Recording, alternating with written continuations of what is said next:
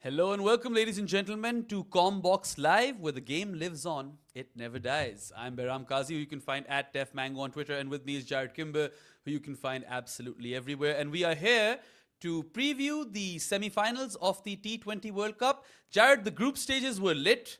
The Super 8 started off on a dull note, and then they really picked up towards the end. And now we are here towards the business end of the tournament. The knockouts have finally arrived. How do you feel about this World Cup overall? I feel like it hasn't quite taken off. I feel like it's been good and we've all enjoyed it, but I don't think it's been a tournament where casual fans come in droves. And I don't think it's a situation where it's going to be one that we remember forever. But I would say it's a good World Cup. Like I wouldn't say that anything. I wouldn't say it's bad in any way. It just hasn't quite taken off the way that you would perhaps want it to. Yeah, I mean, in the first week, I thought that it had taken off quite spectacularly, right? When the Netherlands nearly defeated Pakistan, Nepal nearly defeated England, and we were seeing the associates really, punch above their weight, which was fantastic to watch, right? Of course, Australia got knocked out in the group stages. I thought that brought a lot of flavor to the T20 World Cup. But then the Super 8s did start off on a dull note. There were a lot of one-sided fixtures. Sure, South Africa defeated India, and we got that crazy, stupid game between Pakistan and England, in which both sides were trying to out-stupid each other. But what would you say the most entertaining moments from a neutral's perspective were the double super over game between South Africa, Afghanistan? And then we also had a really crazy first innings in the West Indies-South Africa game, where it was 6-dot, dropped catch, or out.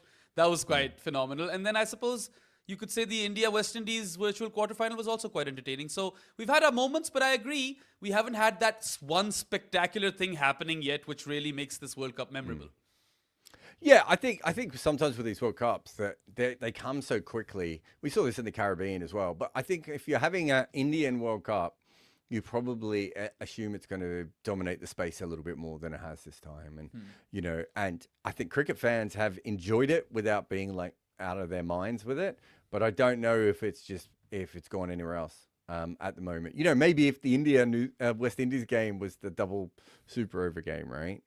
Or maybe there was something else happens, or that game was closer, or there was another big game along the lines, or, Pakistan got Sri Lanka 9 wickets down for 140 or something. Do you know what I mean? Like it feels like it's missed a couple of knockout blows, but I still think it's been an entertaining World Cup just without maybe the greatness that some of the others have. That's what I mean. I think it'll be forgotten. Yeah, I mean, the initial promise definitely hasn't been fulfilled, although we have had moments. But anyway, let's hope that the knockouts can provide us with something which really makes this memorable. And let's start with the first semi-final, of course. South Africa, who are still unbeaten in this tournament are the only remaining unbeaten team across this competition. They will face New Zealand at Kolkata, Eden Gardens. And this is an interesting fixture because for some reason, every now and then we get these semi-finals between South Africa and New Zealand. Like, how many times have these two teams faced each other in the semi-finals in recent years, right? Like, from the Grant Elliott game in 2015 to the most recent semi-final in which New Zealand knocked out South Africa in the Champions Trophy. I mean, I'm sure there are a few other ones. There's that quarterfinal in 2011, the Faf game where he's getting sledged by Kyle Mills as 12th man. Yeah. It does feel like they end up getting drawn against each other quite a lot. Yeah, and this is interesting because, pound for pound, I do think South Africa are the most strongest side, and they are the most informed team in this competition as well. Like, they look quite solid, most bases covered. Eden Gardens, though, from what we saw in that game between India and the West Indies, it does favor the side which is chasing because dew eventually does come around. Plus, the outfield is quite fast. The boundaries square of the wicket are short. Are we expecting a high-scoring game in this semi-final, or are we finally going to see some of that old-school T20 World Cup cricket where the scores aren't too high? No, I mean, I think 185 to 205 seems about right. I haven't looked at the markets to see what people are betting on at the moment, but that seems about right, doesn't it? For both of these sides. You don't have incredible spin being bowled. You've got two sort of good defensive spinners. You don't have a lot of attacking spinners being bowled. You've got seam-heavy lineups, I suppose, overall. But yeah, so I think that's probably what you would look at. Certainly, as you said, the toss is a big part of it. Yeah. I think it's going to be playing a very, very big role tomorrow, and both captains would want to chase because we have seen Dew come around in the second innings. Maybe not right at Are the they start of the using second innings. what's it called, the dew cure spray? Yeah, I mean, look, as much as they try, and I'm happy that they are I just don't trying. think it works. Yeah, it doesn't eventually, bring about the results that, the organizers or the administrators wanted to. But we've got a couple of super chats over here which will help us drive the conversation. First, we've got Akshu835 who says, I've seen people describe New Zealand as a team with no big flaws, and you can't really say that when their fifth bowler is Neesham/Phillips/Ravindra. Throw in McConkey in there. They've been playing Cole McConkey as well. I highly doubt that Cole McConkey is getting a game in the semi, though, because they've moved away from Sri Lanka, and he was perhaps there in the squad because Colombo, the surface in Colombo suited having an extra spinner around. We've been saying this for quite a while, Akshu. I'm not sure if you've been watching CommBox and Pro Sports, where we've highlighted that New Zealand have a fifth bowler issue. Jimmy Neesham might be a threat level 93, but we all know that he's past his prime. And I don't think he was ever a threat level 93. Yeah. Jacob Duffy hasn't been playing much in this T20 World Cup. So when I look at New Zealand's bowling attack, Matt Henry with the new ball is going to be imperative. Mitch Santner has been brilliant, and he's someone who has evolved so interestingly over the years, both as batter and bowler, and throw in fielder and captain as well. Like, his evolution really needs to be a case study. I think he continues to grow from strength to strength. But apart from that, there are about 8 overs which you can plunder, right? Like, in theory, you can. Jacob Duffy, even though he's taken heaps of wickets in the build-up to this T20 World Cup, he hasn't been trusted a lot in this World Cup.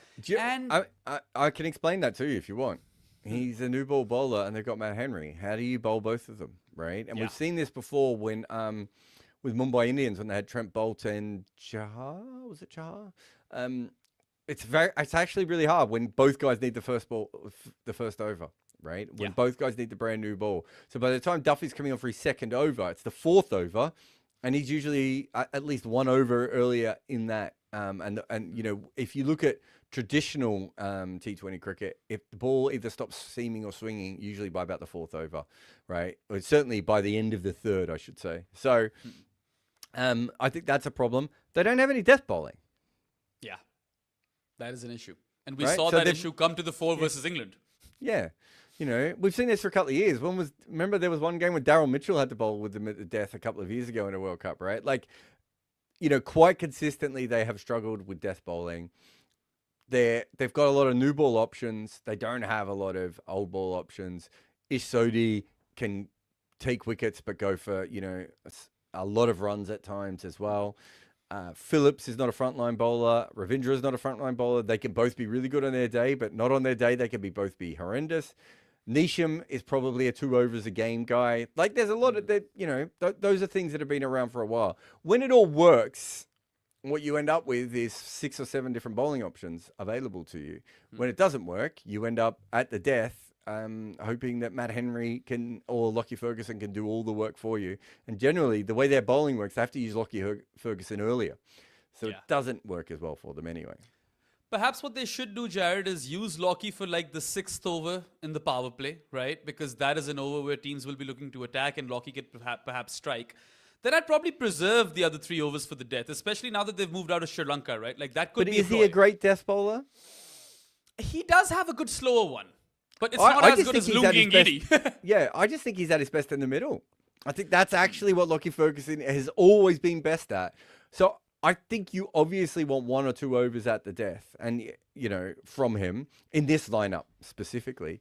But I don't think it's like his best skill. His best skill is to be able to get wickets when no one else can get wickets in those middle overs, right? And making him into a death bowler, Matt Henry takes a good amount of wickets at the death, but can also get absolutely hammered. Duffy can't bowl at the death. Jameson can't bowl at the death. Neesham can't bowl at the death. Phillips now can't bowl at the death. Ravindra. Do you know what I mean? Like, there is an issue there that they either get really predictable at the death, and that makes them weaker throughout the rest of the game, or they just have to throw random guys and hope it works on the day. Yeah, and that random guy for the last 2 games has been Rachin Ravindra. 4 for 27 versus Sri Lanka, followed by 3 for 19 versus England. It's tough to explain, but those conditions really suited him at the Premadasa. He's not going to get them at the Eden Gardens, Jared. I fear that, spinners might get tonked in this particular ground, which means that New Zealand will have to play Jimmy Neesham as well, which does make them a bit under strength when compared to South Africa, because South Africa have most spaces covered. Plus, we often speak of New Zealand as this process-driven side who are exceptionally good at, optimally using their resources and also just planning in general. Like Ravi Shastri is on court somewhere mentioning how it was toughest to plan versus New Zealand. So you can expect them to be consistently good, but in the words of Rob Barron, it's tough to up the volatility when you are New Zealand, isn't it? So I've done a piece. How would you do that? Yeah, I've done a piece that'll come out tomorrow, where I've basically looked at all the players who've faced 750 balls in the last couple of years of T20 cricket around the world to see if different countries produce different styles of T20 batters. Right? It is very clear that New Zealand produce anchors, right? And then they produce what I would call sort of normie batters, which are guys who don't chew up too many dot balls and hit like slightly above the amount of boundaries that you would expect, right? Finn Allen's the only one they have that really goes another way. Even someone like Glenn Phillips, who I think should be a Glenn Maxwell type player, has just never managed to do it consistently and is now more like an anchor than he is a top order. Daryl Mitchell, huge man, big strength. His best skill in T20 cricket is not facing any dot balls, right? Devon Conway was an anchor. Kane Williamson was the anchor's anchor, right? So the only person they really have that can up the volatility is Finn Allen. And I did a video or a tweet or something. I don't know. I did something. I did a piece, that's right, where I talked about if Finn Allen can do what he's done at the lower level in a World Cup, it actually makes their team so much more dynamic. Because what they don't have, which all the other sides have, is someone who can just score at such a ridiculous rate that you can almost not win the game against them, right? So, Phil Salt and Harry Brook and Abhishek Sharma and Ishan Kishan, like all the other sides, right? Daryl Brevis. Everyone has a guy like that can just go bang, bang, bang, bang, bang, bang, bang, bang, bang, you've lost the game, right? They don't have it. Because that's not how their players play. Even someone like Seaford, who's quite attacking, you look at his overall strike rate, it's fine, but it's not anything. Finn Allen can do that. So can Finn Allen face 30 balls against the South African bowlers? And that's always been my question with him. It's not that he can't do this at the lower level, but he struggles for consistency at the lower level, and I don't know if he can replicate it at the top level. If he can do it in one of the next two games, they might win a World Cup. Right? But I don't know if I 100% believe it. Yeah. No, I agree with you. And as Akshu pointed out, they have a fifth bowler issue in New Zealand. As Jared pointed out, they have a death bowler issue as well. And of course, that batting lineup, as talented as it is, because I do think there are a lot of wonderful batters in there who are really, really capable. It's not lacking talent. Yeah. And they can be, quite explosive on their day, but they probably do rely a bit too much on the opening batting pair. I know that Seifert, maybe his overall record isn't too, pleasing, but in recent years, he's really kind of upped the ante. And Finn Allen, we know, is this firebrand sort of opener. So it is an underrated opening batting pair, Finn Allen and Tim Seifert. But then Rachin Ravindra at 3 is someone who doesn't convince me in T20s. The other formats is great, but in T20 eyes, I don't know, man. Rachin at 3 is a bit of a weak link. I mean, he shouldn't be. I think he played at Chennai and they told him to go all out and slog. And he'd never really, if you have a look at his career, I'm pretty sure domestically in New Zealand, he didn't have a really strong T20 career. And I think they wanted him to go out and thrash because that made sense for their side, gave them a little bit more bowling, gave them a good fielder in the top order. Like it made sense at that stage. And since then, I just don't know what Rachin Ravindra's T20 style is. He's still, I suppose, just because of the talent that he has. Like if you told me he made 80 off 30 in one of these next two games, I don't think I'd be gobsmacked, right? Because he can definitely do that. But he's 26 years old, right? So he's no longer the young player he was, and he averages 20 in T20 cricket, right? And it's a good strike rate. It's not a strike rate that justifies averaging 20 in T20 cricket, right? Like it's 139 domestically and it's 135 internationally. He just hasn't made the runs. He's never made more than 70 runs in a T20 game. Talent is not the issue with him, right? It really is, can he do this? And that's why, at least with Finn Allen, we've seen recent history of him doing it. Whereas Rachin, we haven't even seen that, right? But those are the two guys that actually have the ability to win games for them. And one of them's never made any runs, and the other one has not really done it at the top level enough. Yeah, I would add Glenn Phillips to the mix as well. I feel like he can be a proper match winner slash game changer. I He agree should that be. he probably hasn't been as consistent as he should have been, but I feel that he is that X factor sort of player, right? And he can give contributions all over the field. Like even as a fielder alone, he can win you games. So he would be the X factor player for me. But then Daryl Mitchell is at 6, right? That is quite low. And in recent times, we've seen him start hitting the ball from ball one, but that's generally something he struggles to do. And Chapman is the left-hander in the middle order. So I think that if New Zealand are chasing a total with due around, then that makes them or puts them in a very good position to make the final. But it's going to be an uphill task to kind of defeat the South African team, which is the only unbeaten team remaining in the competition. And we've got a super chat about them. Samit Khan, big time Proteas fan. He says Proteas fan since '99 here. Oh my God, what a time to become a fan, right? I have only seen South Africa. Does that say something about you as a human being? Right. I don't know where Samit was born, but those are not rands that he's given us. Right. So Yeah. we can assume he was not born in South Africa. And so 1999, this man, Samit Khan, in front of us, made the decision that having seen the biggest heartbreak of all time, that's like being rejected by a girl and then proposing to her. Right. Like, what are we even doing here, Samit? But anyway, yeah, Samit has lived quite a life. I'm sure he really enjoyed the World Test Championship final where Temba lifted the mace. But that's pretty much it that he's enjoyed over the years, right? Like that caps it. We're not counting that Champions Trophy, I'm sorry. And that was probably before '99 anyway. What about Commonwealth Gold? Commonwealth Gold! He says, I've only seen South Africa perfect the art of snatching defeat from victory, now unbeaten in 7 games in this T20 World Cup. Do I brace for the semi-final, final implosion? Question mark. Jared Behram, please tell me this is finally the year, I beg. They are set up really, really well to lift the trophy, and they have defeated India as well in this competition, which on paper is a better side than South Africa. But they are an informed team. They've got most bases covered, Samit. It's an explosive batting lineup, 1 to 6. I quite rate both Janssen and Corbin Bosch at 7 and 8. I know Jared has different feelings about them at 7 and 8. You like guys who average 16, do you? What are we even talking about here? They're muscular, What do you mean athletic you rate guys them? who How can can you really... rate someone who's never made any runs? I don't understand what we're talking about here. They can clear the fence. They're decent insurance. And the bowling lineup... Okay, that's not... So number 7 is not insurance in a knockout game if Jasper Bumrah is bowling to you. Do you know how I know that? That's also fair. Because they lost the last fucking World Cup because they had the same fucking batting order, right? They had Janssen at fucking 7 last time, and India were like, 1 more wicket and we get a chance here. Rishabh Pant went off to try and put some pressure on them, and next thing you know, they get a wicket. So it's still risky. I think the thing I would go in the favor of them is India has not been in full form. And the idea that India is suddenly going to find full form in the last 2 games is less likely, right? Like they're just not like they're in that. South Africa looked like they're in full form, but because they have this weaker batting lineup that if you get 5 wickets, you put a lot of pressure on them, knockout games are much more tense for them in the way that they play than they are for other teams, right?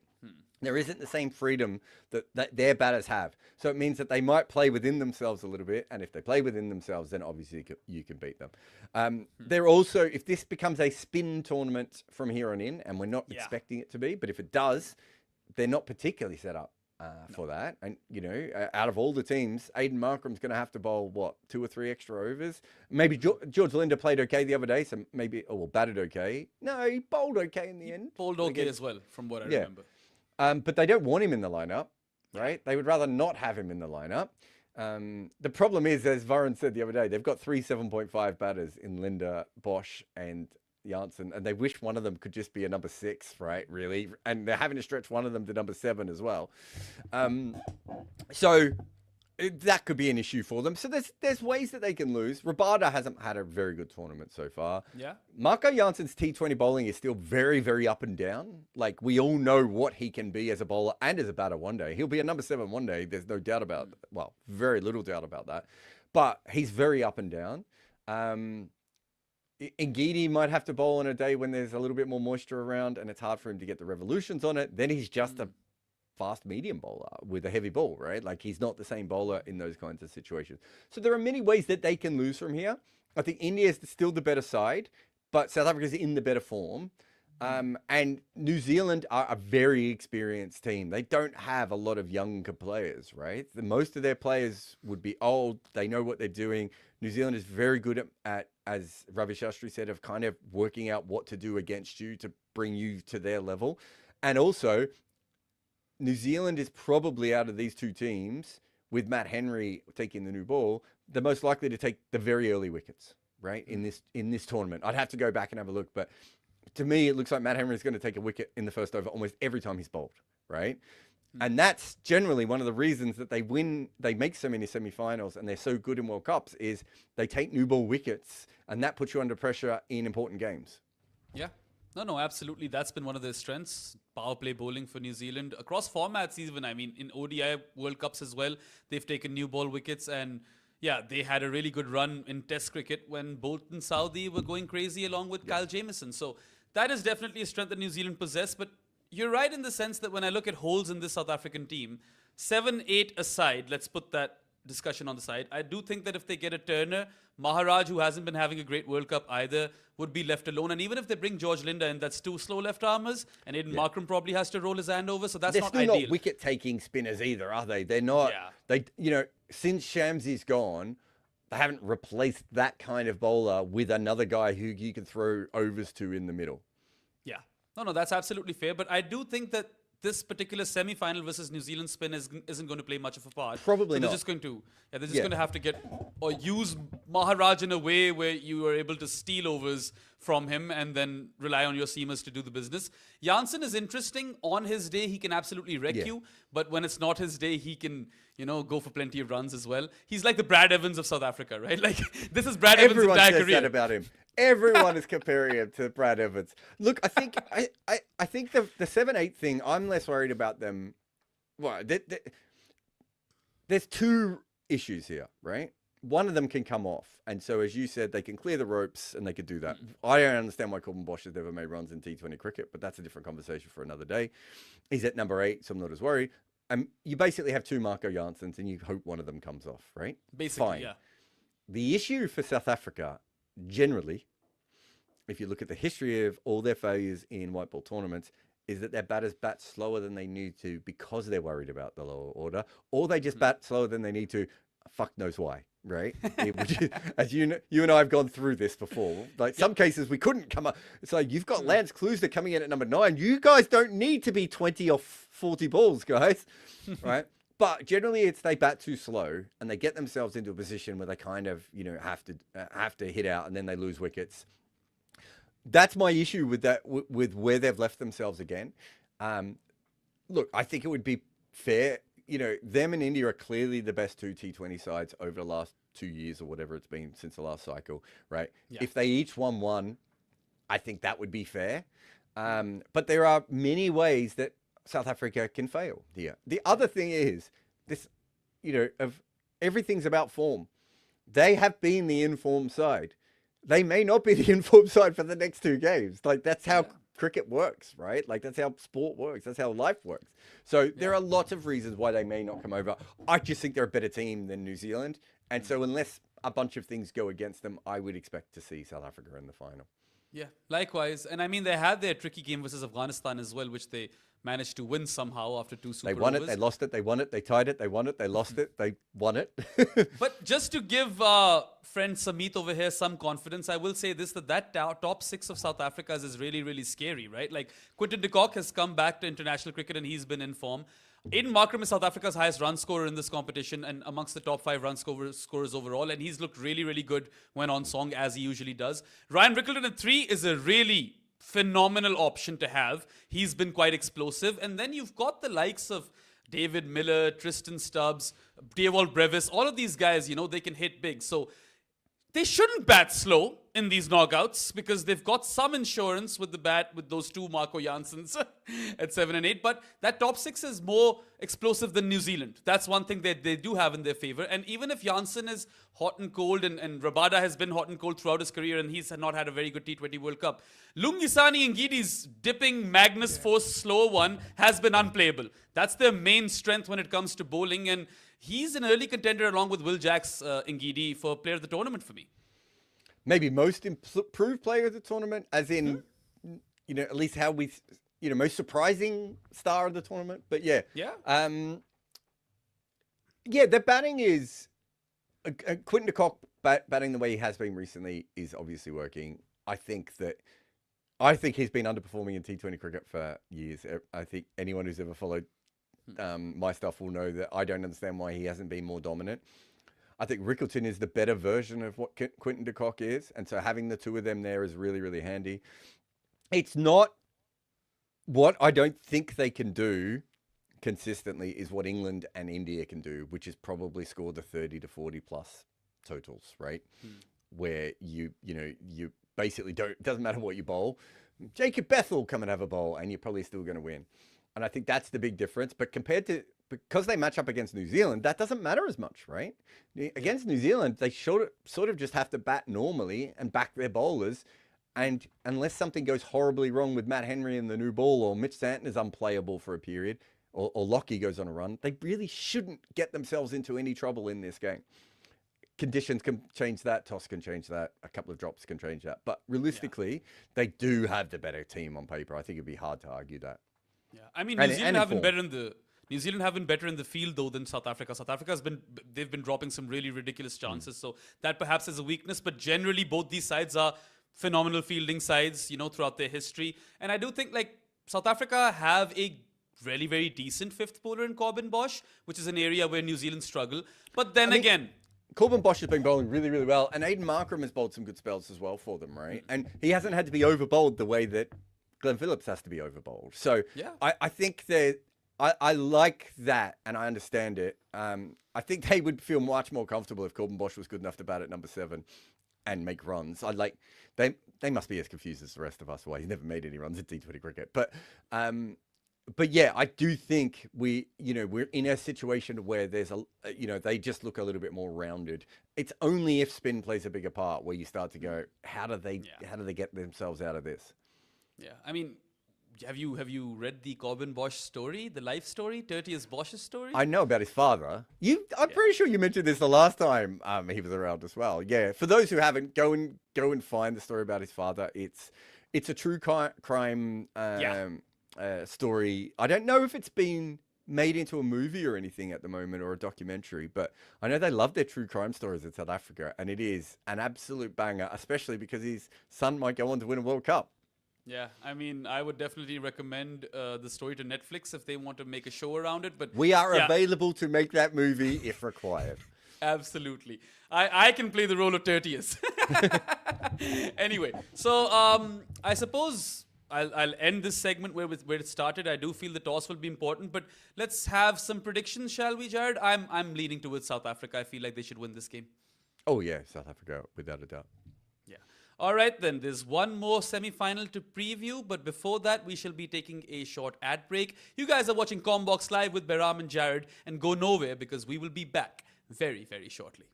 We love the game, but we love the stories. Fans have stories. Former players have stories. Journalists have stories as well.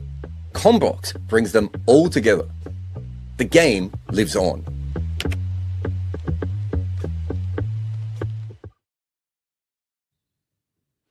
Welcome back to CommBox Live. You guys are with Behram and Jared, and we just previewed the South Africa-New Zealand semi-final, which is tomorrow at the Eden Gardens in Kolkata. Now it's time to preview the other big semi, India versus England at the Wankhede Stadium in Mumbai.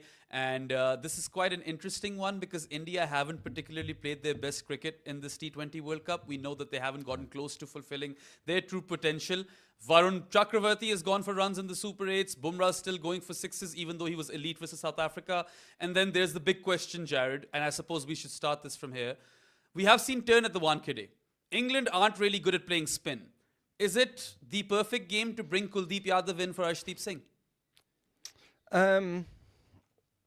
It's a good question, actually. I've been thinking about that a lot. I probably think with Arshdeep's recent form, was it last game or the game before? I wonder if I would just roll. Game.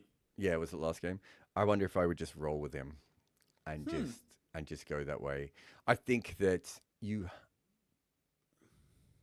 I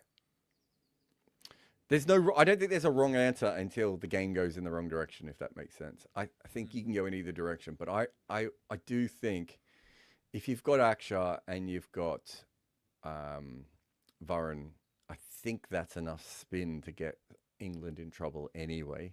And if it's really turning, which I don't expect it to, but let's say it's really turning, you can probably get away with a Tilak over, right? Yeah, I mean, And then you that get yourself up is. to 10 overs a spin. I don't know. You could always bring Washington in as well if you really were worried about that and you want to go in that direction. I do. I just there's something about Hardik being your second seamer that has always made me feel a little bit nervous. Unless it's a proper spinning wicket. If it was ragging sideways, I'd feel more comfortable with that. But I just think if you've got Akshar and you've got Varun in the side, do you really want the third spinner unless you're positive it's going to change the entire direction of the game? Let me play devil's advocate over here, right?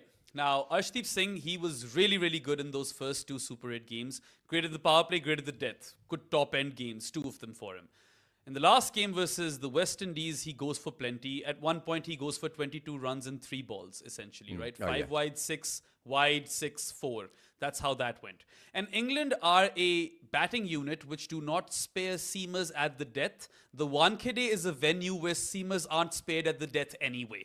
You combine those things, and that's why I personally am leaning towards Kuldeep. Who do you bowl? But I will acknowledge one Who do you thing. bowl at the death then in that game if Arshdeep doesn't play? Yeah, that is a big question. That's my point, right? Because then you go back to Hardik, who's also got hammered at the death at times, right?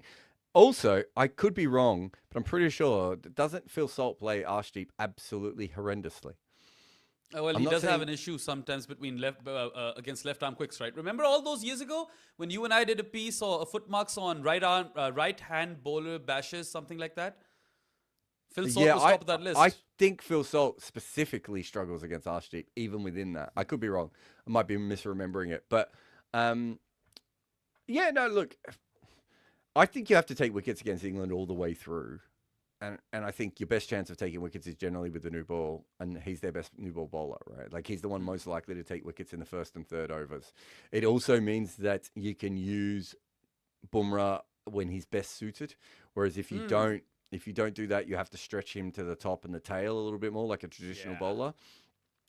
Again, I'm not saying these are bad options. I also like the idea of bringing in Kuldeep, but I kind of. If you're going to do that, I almost wish that they had a second. Is that a situation where Shivam Dubé has to bowl, right? And if Shivam Dubé has to bowl, what are his 2 overs going against, Brook or Salt or Jax?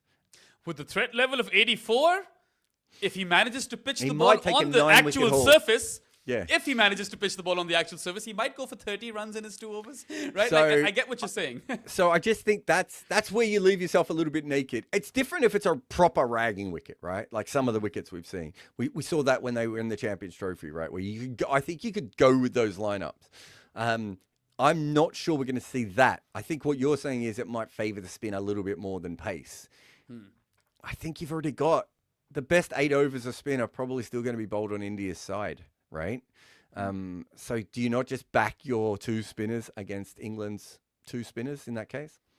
Yeah, no, I see where you're coming from, and it's a really interesting debate to have as well, because the one thing I do acknowledge is that when Arshdeep plays ahead of Kuldeep, Bumrah's utility and usage is much better, right? Yeah. You can use him in proper phases, whereas when Arshdeep isn't playing, then Jasprit Bumrah takes the new ball with Hardik Pandya, and then you save an over or 2 towards the death. And we've seen Sky even give Bumrah 3 power play overs when they've gone with that formation, right? The Asia Cup comes to mind where he did that quite frequently. So that is a dilemma that India have to solve in preparation for this big game.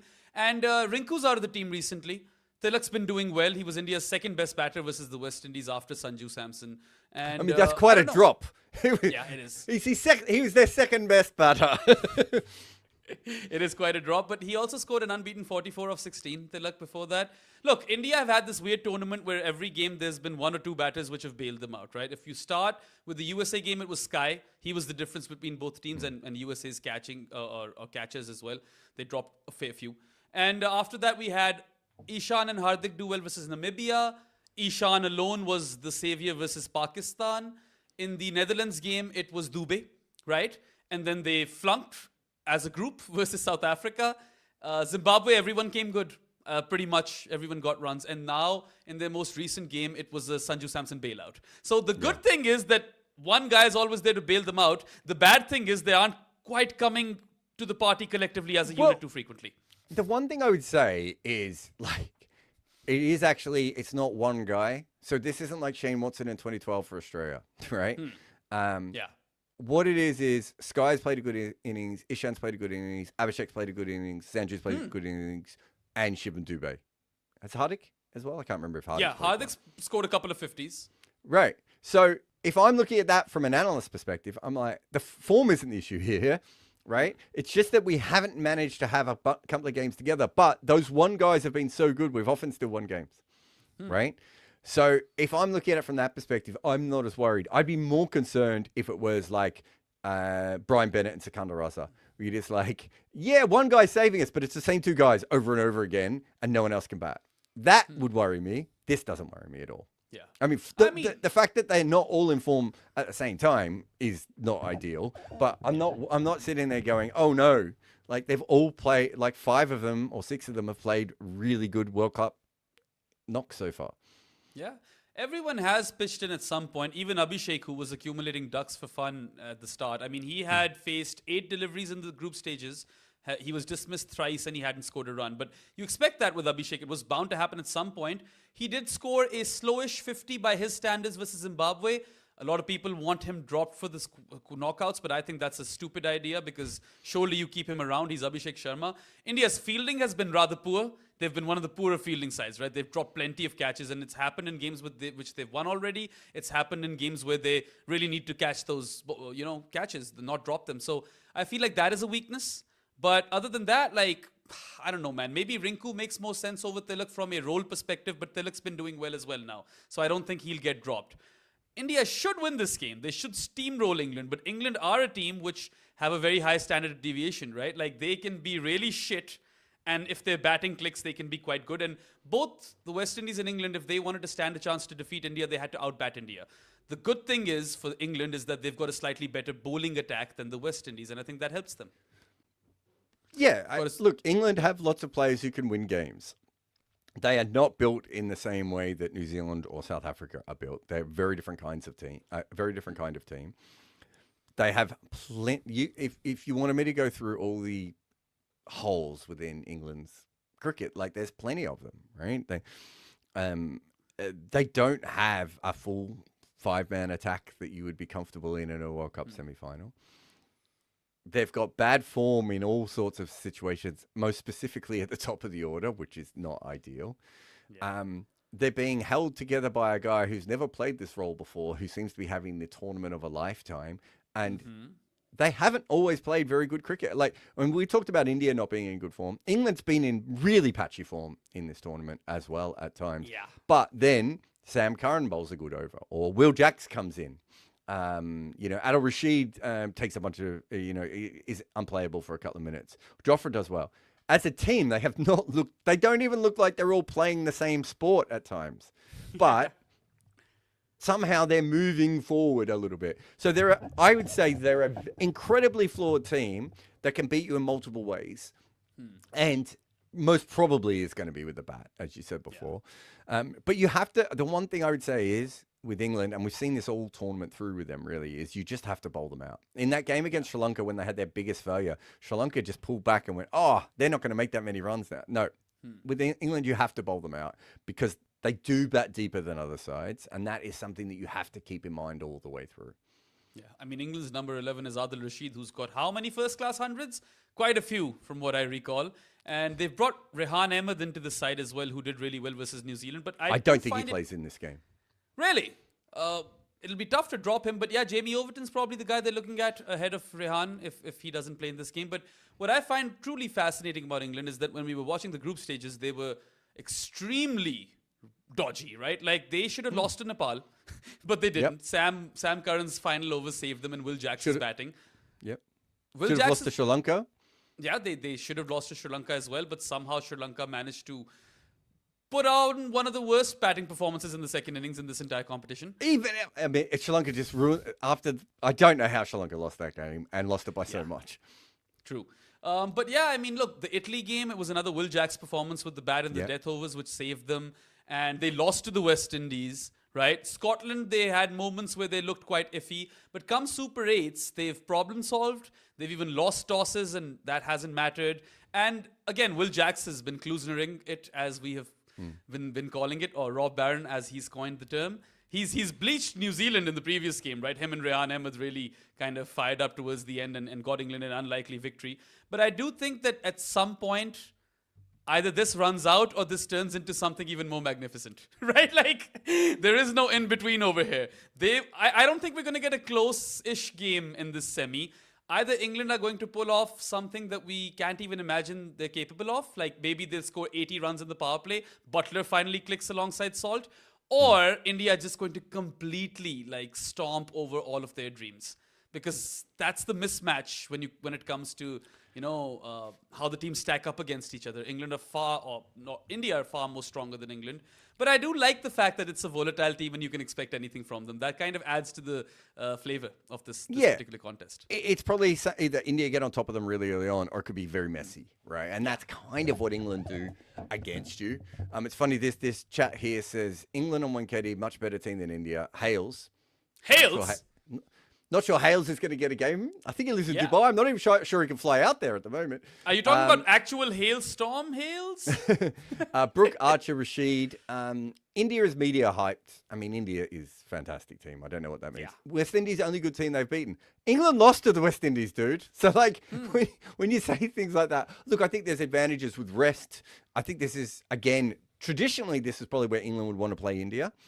I'm not sure they specifically want to play them there if it's spinning a bit more right at the moment. But I think if they were picking pre-tournament, this is the place that they would have probably tried to play them there. So there's some advantages, but there's so many disadvantages when you look at this England side and everything else. So I do think from that perspective, India is pretty solid favourites, but not as much as I think South Africa is favourites against New Zealand and India's just slightly more favoured against England. So I think there are a lot of people going, well, actually, India's not in form, and they didn't play great cricket against the West Indies the other day. And they've had a bit of, I think luck's the wrong way of looking at it, but they've had one guy kind of stand up at the right time over and over again. If they keep depending on that, it's probably not going to happen. Yeah, well, I don't think there's going to be any dew in this game. I haven't seen dew at the Wankhede yet, so hopefully that makes this a more even contest. But I agree that England would like to face India at the Wankhede, but Jasprit Bumrah plays his home cricket in the IPL at the Wankhede, so does Surya Kumar Yadav. And if Bumrah goes on a tear, then that might be it for England, right? He's that level of bowler. I think... yeah, maybe Butler is due a score now. He definitely is due a score. Maybe it comes in this game. And then him and Salt, if they can provide a platform for England to get to 200 plus, that makes things really interesting. Because India in a knockout game, chasing a big total where there is no due, even if the bowling isn't as good, you've still got Jofra and Adil Rashid, even if they haven't had the best at tournaments. You've got those guys, right? It could end up being like one of those games where India is under heaps of pressure. But that is the only way I feel England can challenge them. England chasing a target, I mean, they couldn't chase a target versus the West Indies either at the Wankhede, right? I'm a bit iffy over there. Yes, I think, look, I think it would be hard to be that worried about those things, but they all have to be mentioned. Anyway, there's another super chat over here by Blue Eagles who says, in addition to their schedule advantage, Archer matches up well with India's top order and the entry points don't pit Dubey or Akshar versus spin barring a collapse. England will face South Africa at the Sunny Dome on Sunday. Look, I still feel like it'll be a South Africa-India final, although it is a volatile format as well. Anything can happen. But there are ways in which England can defeat India. Are they odds-on favorites? Absolutely not, man. I don't know why people are underrating India so much, even if they haven't had the perfect game. They are still a far better side than England. Yeah, I can tell you they're absolutely not odds-on favorites. There's quite a bit of value if you want to bet England here. So the vast majority of people are definitely looking at it from the other perspective. Look, Archer matches up well against the top order, but if he gets hammered for a couple of fours or sixes early on, what's plan B? Plan B is Adil Rashid, who traditionally bowls a little bit too slow in India, and Indian players with their feet are going to be able to get to him better than anyone else. What's plan C? Plan C is Will Jacks. plan C is probably Sam Curran at the death and hoping that works, right? Like, true. There are plenty. I mean, this is not a very strong side from England. As we said, it's got this kind of core of kind of match winners that are kind of overcoming the fact that bad form, the fact they might have to pick Overton, that, the fact that they don't really have death bowling if Sam Curran doesn't work. There's lots of various issues throughout this side, but it bats really deep and they have multiple bowling options. So it can go in, it swings so wildly in either direction.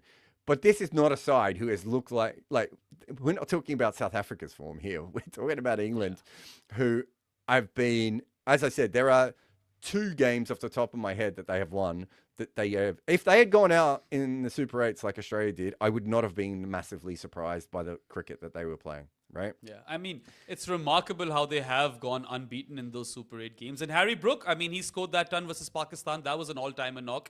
Him and Sanju, they've played the best 2 knocks that we've seen in this competition. And Brook now has promoted himself to number 3. I think that kind of works because he gets to face pace early on and he can kind of dominate it. And then you've got Banton, Bethel, Sam Curran.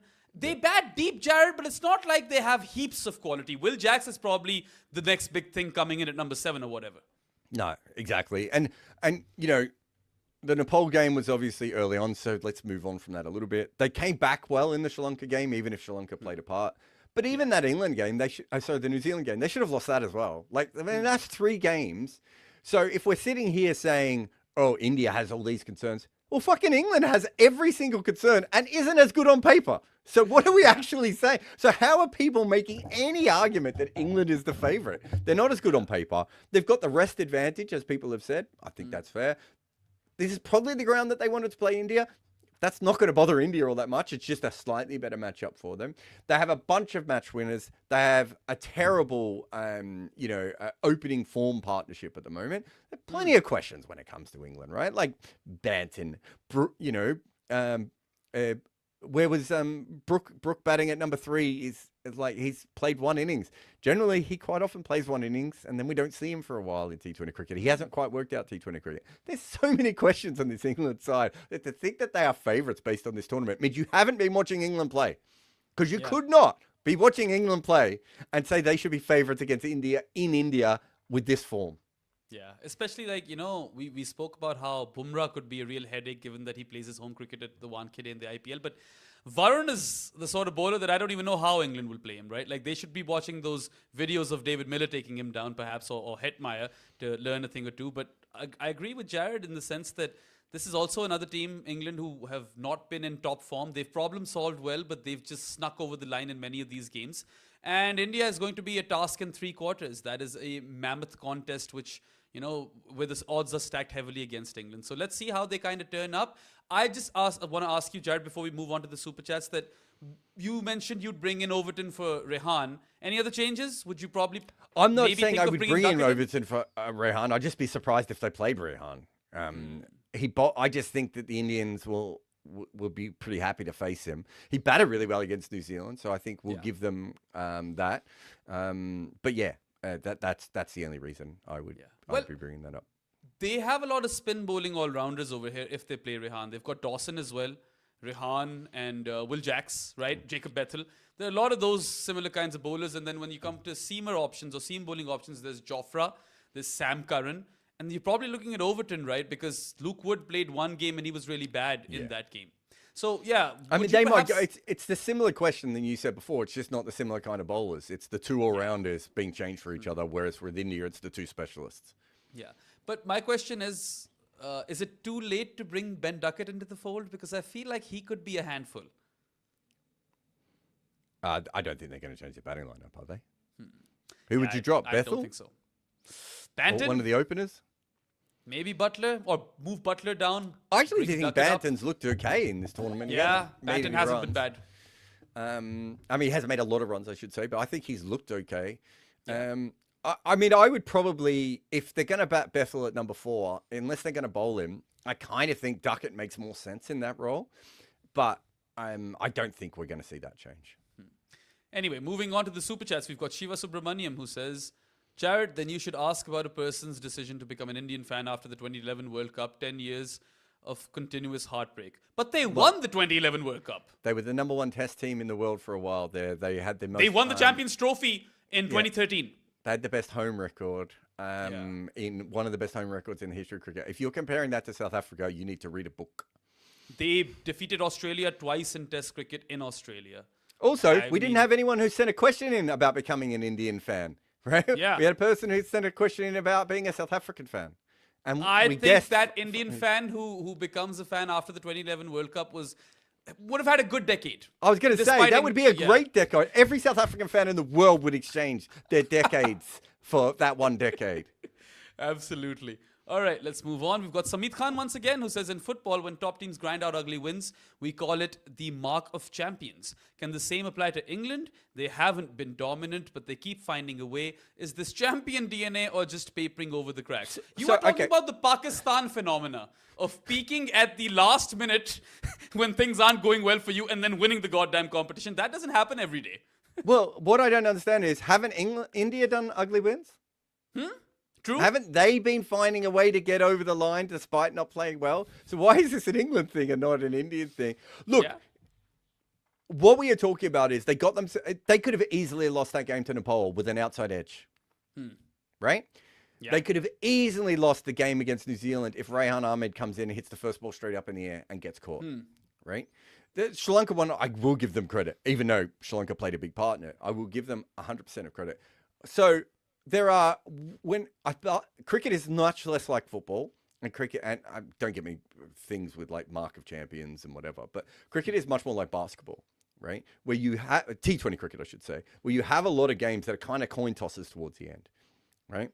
Sam Curran oversteps, someone drops a catch or whatever, and it goes completely in the other direction. Football doesn't quite work in the same way, right? Over the period of the full 90 minutes, right? It works in a slightly different way. And so sometimes you just have to be realistic and be like, well, this team isn't in great form, but they have won these close games that easily could have gone against them, right? And that's what we are saying. We're looking at South Africa and we're going, that is very good form. And we're looking at India and England and we're like, well, they found ways to win, but there are massive question marks over their form. What would you prefer, Samit, coming into a final? A team that is all playing good and doesn't seem to have any major weaknesses at the moment that have been exposed, or another team where you've had individual performances from random guys who've got you over the line over and over again? Because I can tell you which one anyone who works in cricket would prefer to have, and it isn't your one. Yeah, well, without Will Jacks, England wouldn't even be here. I feel like he is the reason why they're in the semi-finals. And the one good thing that I will say with respect to their mindset, at least based on what Will Jacks said, is that when we have the perfect game, I will not be needed. And he is right, because they need his role to come off for them to get over the line. And if they play well, they wouldn't need Will Jackson. Just so you're aware, I don't have a lot of time because I've got to pick up Clem. So. Okay, well, let's speed through these. Harjinder says, how much impact toss will play in the India-England semi-final? If there's no dew, then I don't think there'll be much of an impact of the toss. Kurt's manager says, my contribution to offset Pakistan player fines. Behram, please do a favor and hand deliver. Yeah, can you just give that out to everyone in case they're struggling? Yeah. That requires a separate podcast. Draconian bullshit. Rohit Kumar Jha says, hoping Behram's safe after calling out the PCB fine. I've been calling out the PCB as long as I've been on CommBox, buddy. Even before it was CommBox and it was good areas. I'm in one piece in front of you.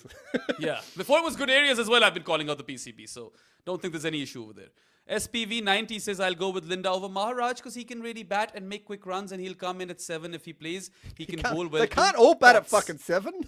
Yeah. Now, Maharaj is the better bowler. I think I'd still go with Keshav. Yeah, Linda's just not that level of bowler. So I suppose it just depends on how they feel about the bowling. But I'd be shocked if they go in that direction.